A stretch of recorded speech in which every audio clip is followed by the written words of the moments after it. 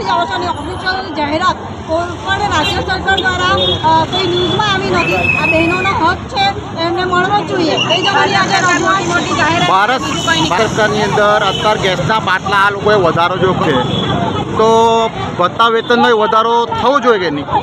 બિલકુલ થવો જોઈએ. આ જ્યારે બહેનોને તમે આજે રોજગાર તમે બહેનો આવી છે, આજે આંગણવાડી બહેનો અમારી ત્યારે અમારે રોજગારોની એ છે એ લોકોને જે વળતર મળવું જોઈએ તે નથી મળતું નથી. અમારી એ કોઈ રાજ્ય સરકાર દ્વારા ઓફિશિયલ જાહેરાત નથી થઈ, ખાલી કહેવામાં આવ્યું છે કે પગાર વધારો ₹100 બજેટ ફાળવવા છતાં એ લોકોને હક મળ્યો. એના આજ અમે આઝાદ કરવા આવ્યા છીએ. ઇલેક્શન વખતે આંગળી જે બૂથ પર ને બધે જે કામગીરી સોંપી દેવામાં આવે છે ટીચરોને, તે યોગ્ય છે કે નથી? તે યોગ્ય નથી. જે રીતે તમે કામગીરી થોપો છો તે પ્રમાણે વળતર પણ આપો. આજે બહેનોનું જે વળતર યોગ્ય છે, કામગીરી એ લોકોને જે કલાકો છે કે જો તમે વળતરમાં પણ વેતન આપતા હોય, એ લોકોને પૂરું ના કરી શકતા હોય તો કામમાં પણ અડધું જ એ લોકોની જે રજૂઆત છે તે યોગ્ય જ છે. બીજી વસ્તુ કે દરેક મુખ્યમંત્રીની કે આમ જો વડાપ્રધાનની જ્યારે સંબોધન રેડિયો હોય છે ત્યારે દરેક આંગણવાડી બહેનોને એમ કહેવામાં આવે છે કે તમારે 5 માણસ 50 માણસ તમારે લઈને ભેગા કરીને લાવવાનું. એ કેટલું યોગ્ય છે? એ યોગ્ય નથી. આ શિક્ષણ જગત આખી વસ્તુ જ અલગ છે.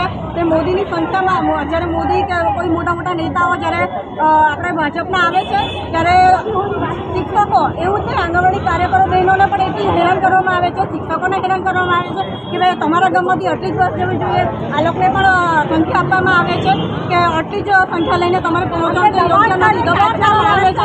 એ લોકો દબાણ કરવામાં આવે છે કે જો એ લોકો લઈને સંખ્યા તો એ લોકોને બસનીમાંથી કાઢી મૂકશે, એ લોકોને રાહ કરવામાં આવે છે. એ થાય છે અને પોતાનું ઘર છે, બાળકો પોતાની જાતિ છે, ઘર ચૂકે છે, એના લીધે એ લોકો હેરાન થયા કરે છે.